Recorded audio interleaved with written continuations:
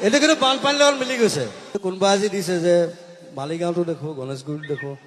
চানমাৰীটো দেখো জোৰডতো দেখো ইয়াতো দেখো এইটো গোটেই জীৱনটো এনেকে যাব নেকি তোমাক দেখি দেখি দেখি দেখি দেখি পাগল মই তোমাক ভাবি ভাবি যে পানী হয় ঘৰৰ পৰা ওলাব নোৱাৰো